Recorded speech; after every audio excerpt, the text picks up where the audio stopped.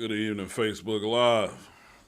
Apostle Terrence Lyons of Ecclesia Ministries here in Murfreesboro, Tennessee, coming to you again on tonight, bringing you tonight's Bible study.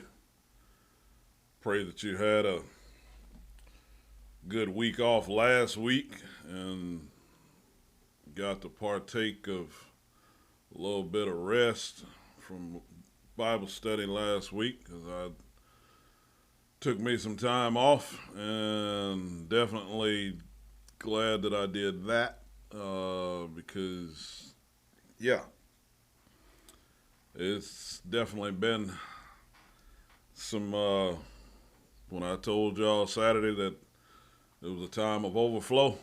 It's definitely a time of overflow. So again, let me get a couple of things straight here. We'll be getting ready to rock and roll. Make sure everything's in place where we need it. Good evening there, Cousin Michelle. Good evening there, sis. Good evening to anybody else that's on right now. We getting ready to get stirring here. Make sure my sound's good. I think everything sounds clear on y'all's end. Just want to make sure all of my monitors are doing what they need to do so we can get ready to rock and roll, because it's going to be a good one. Going to be a good one this week. Hopefully you felt, good evening there, Overseer Melissa. Hopefully you felt and understood the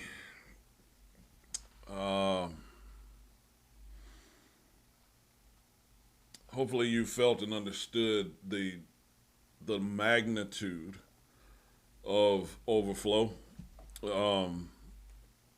There's been things that have been transpiring to try to get you, off offbeat about that.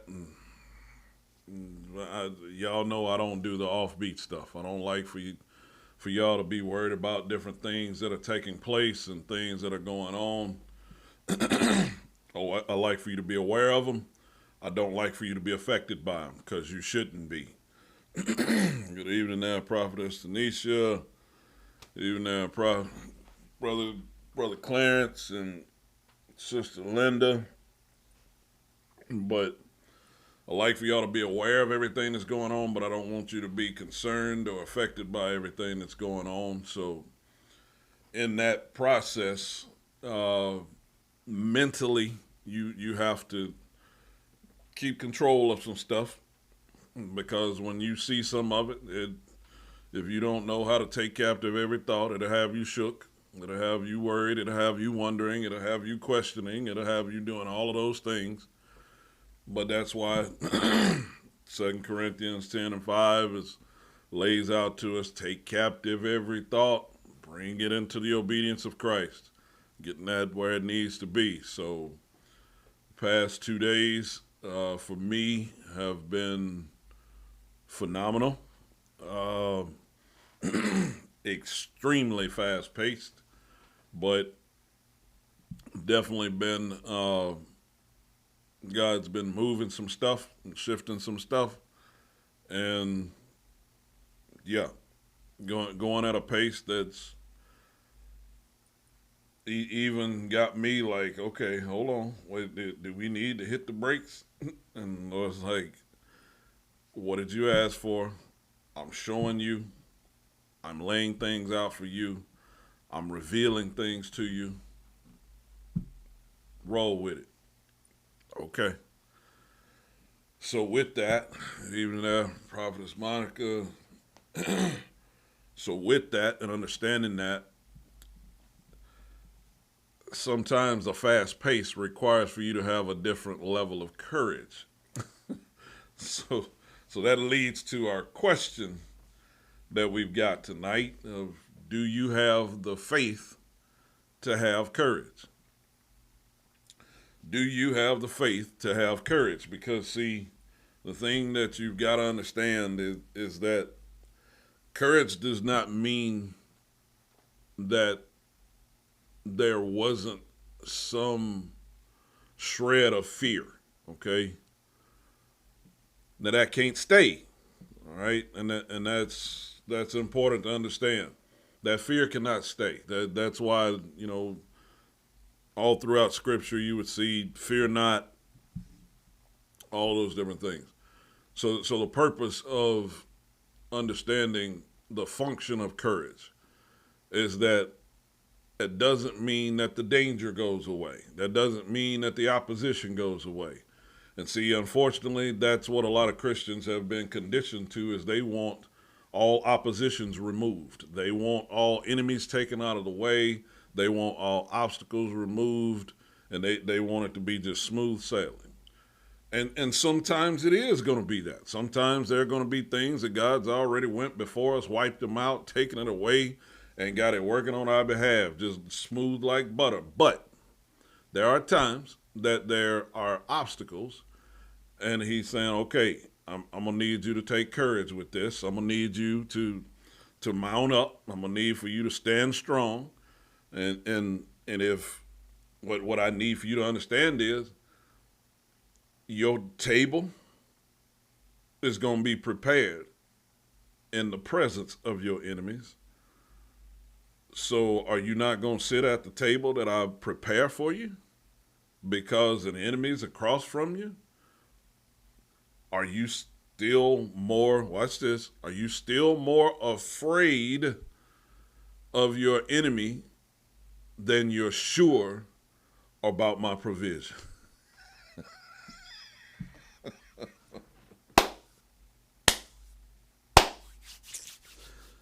Are you more afraid of your enemy than you are sure of God's provision?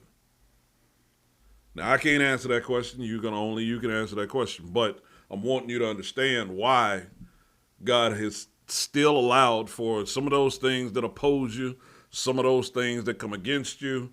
He's allowing them to still be sitting there, and he puts a decision right there in front of you, and he says, okay, you want to take this provision that I've put in front of you, or are you going to focus on being scared of the enemy that I prepared your table in front of? I know, y'all ready for me to go and get started, ain't you? Let me give me a sip.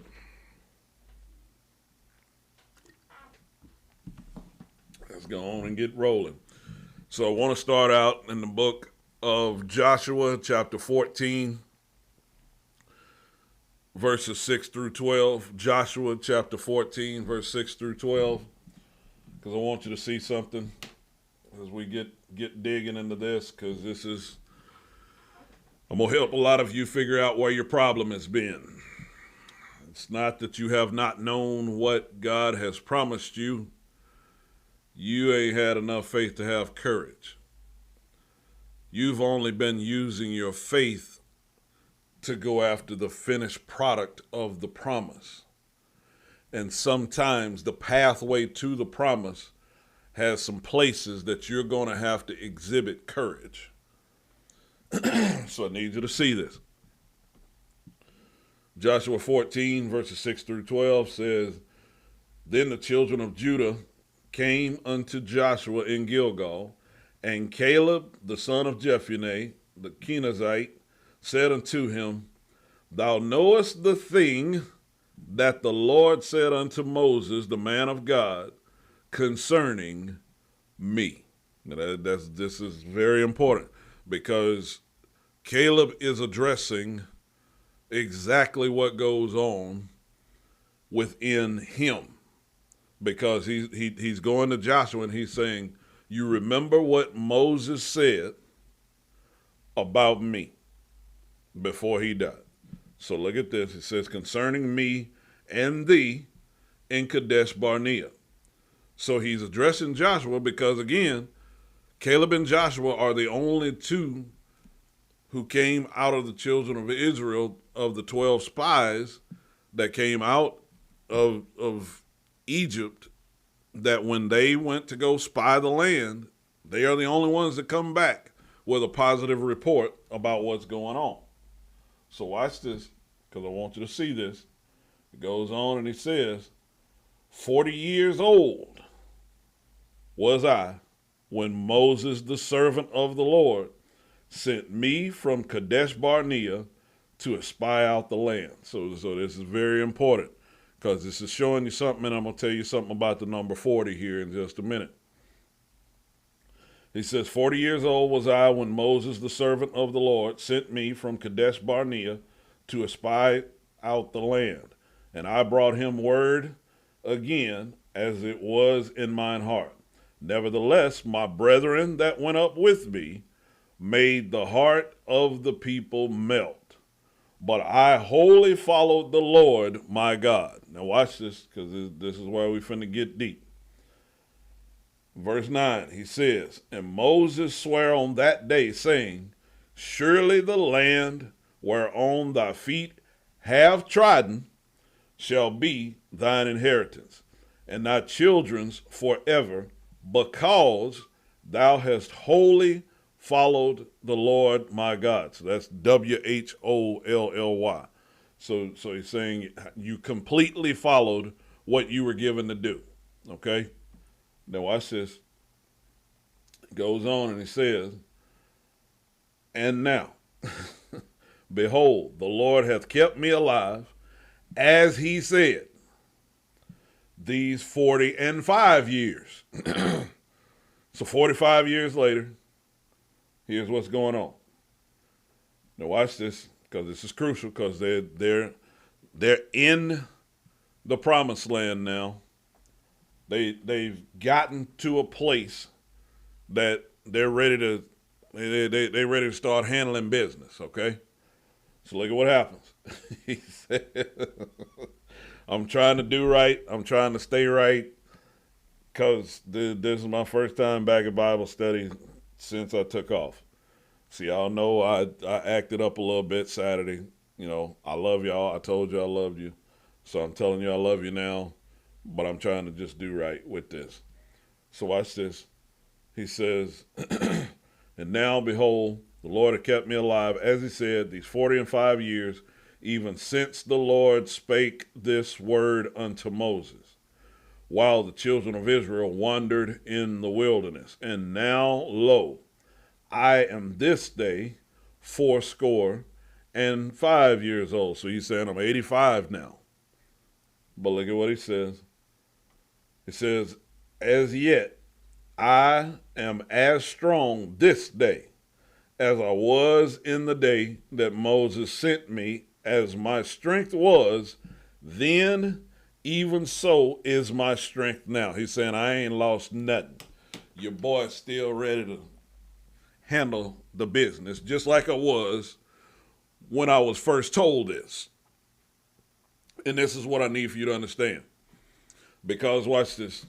He then says, as yet I am as strong this day as I was in the day that Moses sent me, as my strength was then, even so is my strength now for war, both to go out and to come in. He's saying I will go and handle my business, and ain't nothing gonna hinder me. Now he's saying that's at 85.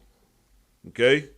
And this is why y'all gonna have to get out of this mentality of talking about you old and you can't get around, and you ain't even at the age of when God spoke to Abram and told him that he was gonna be in a covenant with him, because he was 75 when that was spoken to him. We got Caleb right here, 85, and talking about letting me go to war. I ain't lost no strength. I ain't. Let's ride. Look at what happens. Verse 12. He says, now therefore, give me this mountain, whereof the Lord spake in that day, for thou heardest in that day how the Anakims were there. So he said, you know it was giants there then, and them giants are still there now, and I'm still here too. I'm still here. So since I'm still here, and I'm ready to, the promise still stands. So since the promise still stands and I'm still standing, let me at it. I don't care who it is. Now, this is important for you to understand for this reason. So watch this. Because he goes on, and when he says this right here, I want to make sure that we get it. Because he says this. He says, give me this mountain wherever the Lord spake in that day. Thou heardest in that day how the Anakims were there, and that the cities were great and fenced. Watch this. If so be, the Lord will be with me, and I shall be able to drive them out. Watch this. As the Lord said. And that's very important. Do you have the faith to have courage? In order for you to have faith to have courage, our first point that I want you to get tonight is this. Having faith for courage requires understanding process.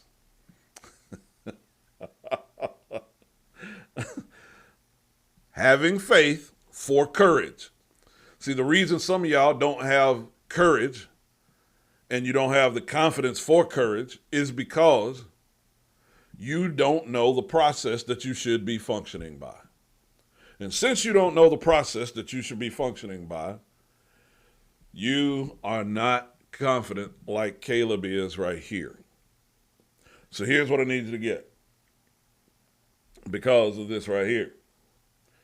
He says, if the cities were fenced, or they were great and fenced, so the Lord be with me, then shall I be able to drive them out, not just drive them out as the Lord said.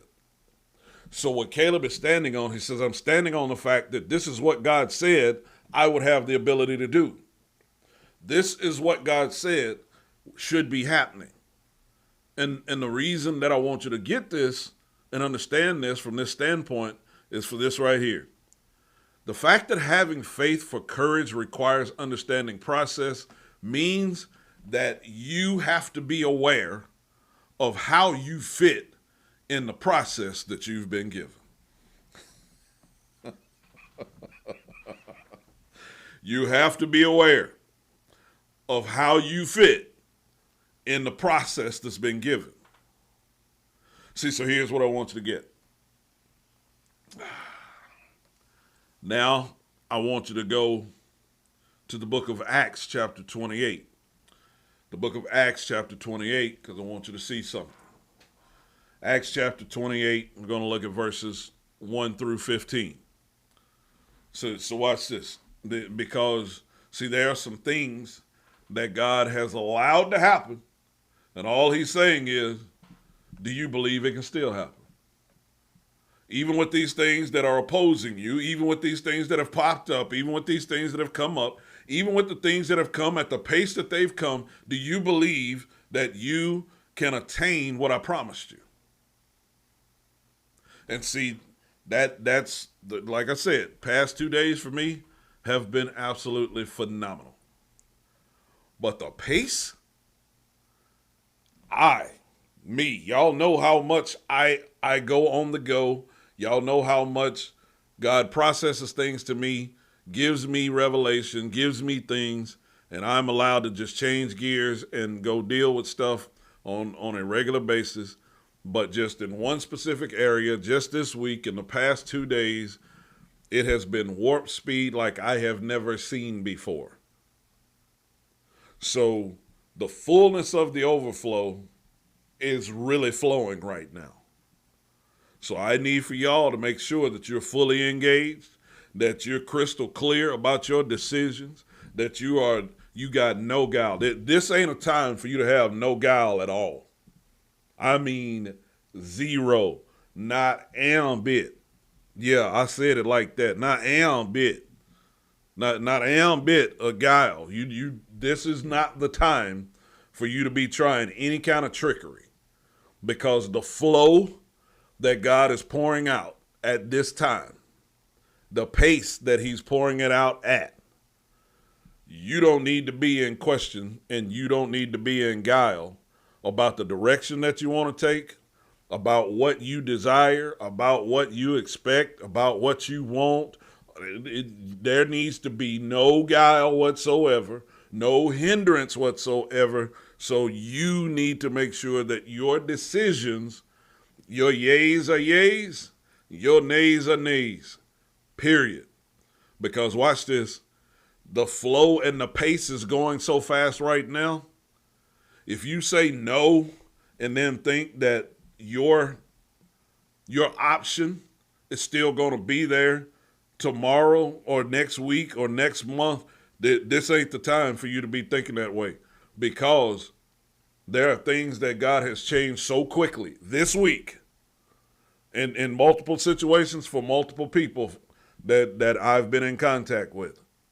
He's changed the pace so quickly that it's almost like the next day it is just amazing, in the sense of, did that really just happen yesterday? It happened so quickly, watch this, and so in much fullness. Did that just happen all yesterday? So if you start doing your normal automatic negative thoughts, them ants, if you start doing them automatic negative thoughts and think that you're going to have the time to change your mind, yeah, God's like, I need for your yay to be nay and your nay to be nay. And I need for you to be ready to make that decision. And when you make it, be ready to own whatever decision you make. I said be ready to own it, because you're going to require a level of courage this time that you haven't been required to walk in. So here's why I want you to get this. In Acts chapter 28, verses 1 through 15, I'm about to deal with some stuff here. Some of y'all, I love you. It's time for you to face some stuff about some things that's happened to you. Acts chapter 28, beginning at the first verse, says, and when they were escaped, then they knew that the island was called Melita.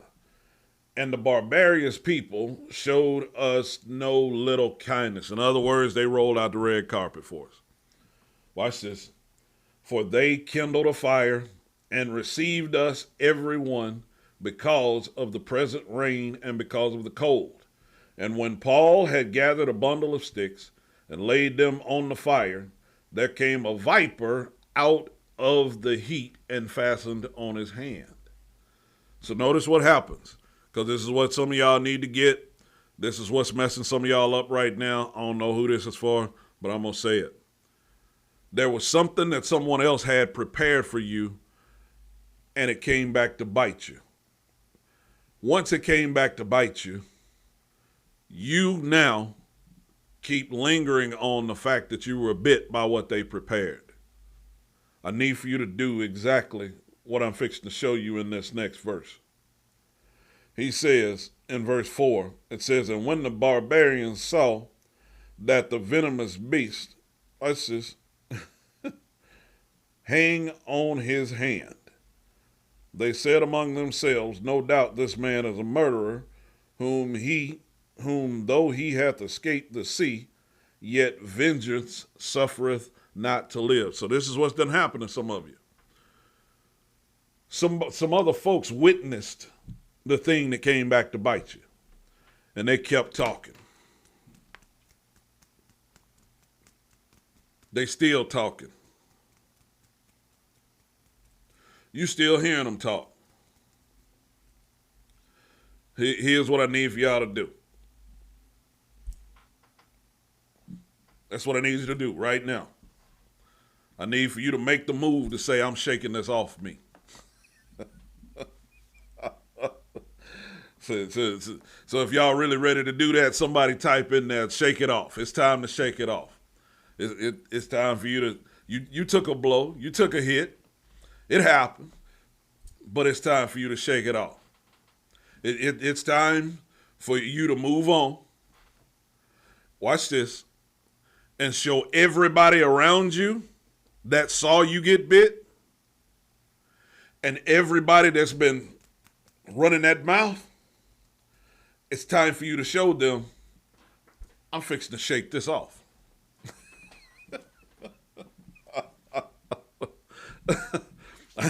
I'm fixing to shake this off. This right here, I'm not fixing to keep hearing you talk this in my ear. So don't come to me talking about that no more. That's done. That's finished. That chapter, the page has already been turned on that chapter. Because watch this. I'm fixing to take courage to move forward in the fullness of my purpose, my destiny, and my function. You can't stop me. See, PDF always means something different to me. So when they talk about it, purpose, destiny, and function, that is just what clicks into my mind anytime I see PDF. Now I know that's a document that's sent, over the computer, email, and all of that stuff. But when I see PDF, purpose, destiny, and function, that's all I see. Here's why I want you to understand this. That's what gives me the ability to shake a lot of stuff off. Because watch what else I'm about to show you. In verse 5, it says, and he shook off the beast into the fire and felt no harm. Do you have the faith to have courage to shake off all of that stuff they've been talking?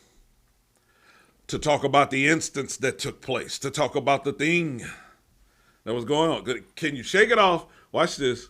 Into the fire that it came from.